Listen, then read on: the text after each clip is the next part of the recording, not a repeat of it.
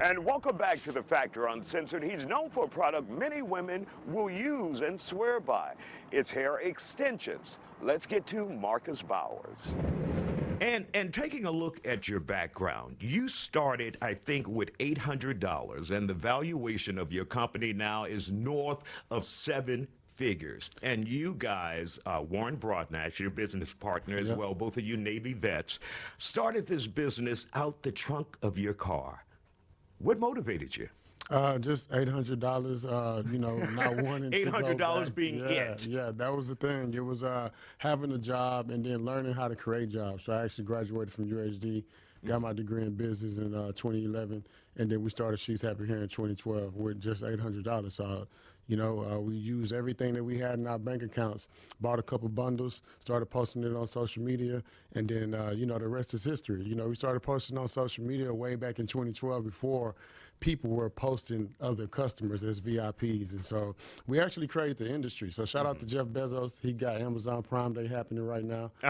But for us, we started riding the wave and creating the wave as far as a forecast in our industry. So when we started selling hair, there was no forecast. Nobody did Black Friday sales or Cyber Monday sales or back to school sales or any type of sale when it came to the hair industry, the beauty supply stores. And so we came in with a heart, cared about the customer, gave them those sales, and then also brought in the social responsibility, which is the philanthropist part, where we give back year round, because it's not about just getting money from the customers, it's about impacting the community as well. So, it's a lot with this whole hair thing, man. It's not just $800. It's a whole blueprint of how we went from $800 to over $100 million in sales in less than a decade, actually. And so I know we can do it again. If we went broke again, we could do it again. Anything you do in one city and state, you can do in another. And so once we figured out how to do it in one city, we started expanding to the rest of the U.S., And when you hit, Marcus, $100 million in sales, what went through your mind? Well, that wasn't the goal. The goal wasn't to make $100 million. The goal isn't money. The goal is just being impactful, creating legacy. It is nice, though, Marcus. Yeah, it is nice, but Isaiah, we all eat the same steaks. So the billionaires, the thousandaires, and the millionaires. You may have Wagyu. We all eat the same steaks. Sometimes we drive the same cars. I got a Tundra. So a lot of times it is about how much, but it's really about the impact. So I'm more about the impact versus the income.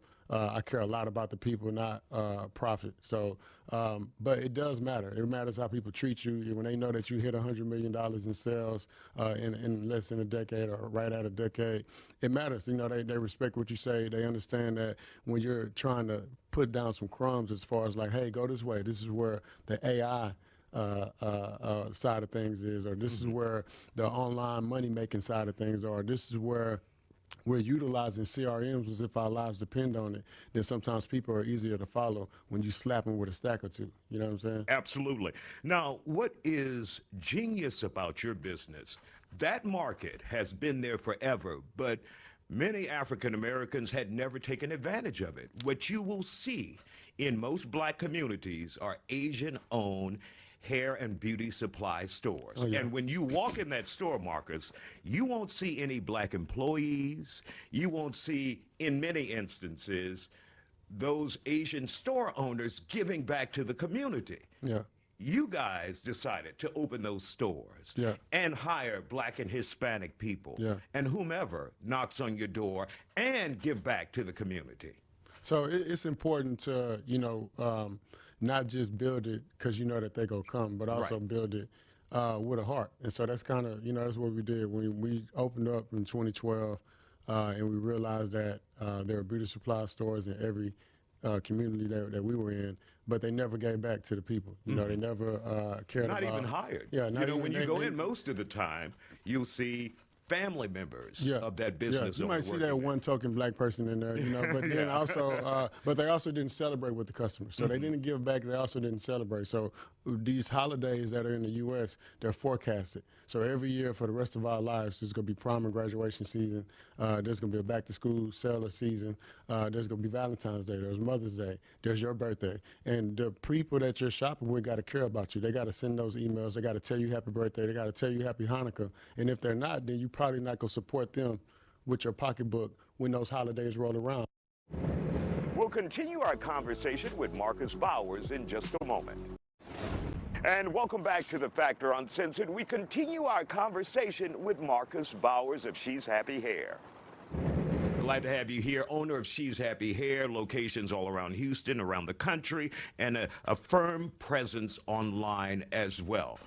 You were talking about the digital age, getting involved. We'll continue your conversation from there. I think it's important in business to want to talk to as many people as possible so you can get as much money as possible, so you can impact as many people as possible, you can help as many people as possible. But if you're only talking to people on earth, face-to-face, one-to-one, then you're going to get those results. The billionaires are talking to one-to-many. They're using a CRM, they're using a customer relationship management tool, they're talking to as many people as possible that's not in front of them to get all those people to do exactly what they want them to do. And I think that's important to also celebrate with the customers, to celebrate with the people, to tell them happy birthday, to actually extend more than just you wanting to get something from them. You're actually informing them, educating them in the form of blogs, emails, newsletters. So some business owners care about that, some don't. We actually care.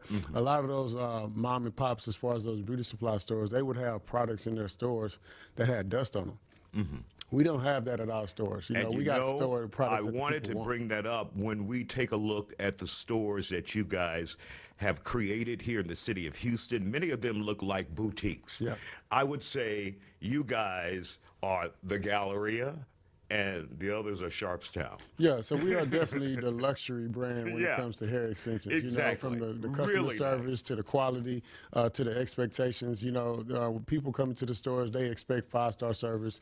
We expect our team to deliver that 5-star service. If you go check our reviews online, nothing but 5-star reviews. We got like 4.9 stars at each of our locations. That's a Google rating. That's probably unheard of for a lot of businesses. And of course, you want to treat the black female like a queen. She expects that when she walks through the door. Oh, yeah. And that includes how the shop looks and how you guys respond with customer service. And that's actually even before they walk in the door. So customer service starts online. It starts digitally. It starts in the inbox. It starts via text. It starts via email. We're trying to talk to people and our customers and get them to be happy even before they come into the store. They're just happier when they leave.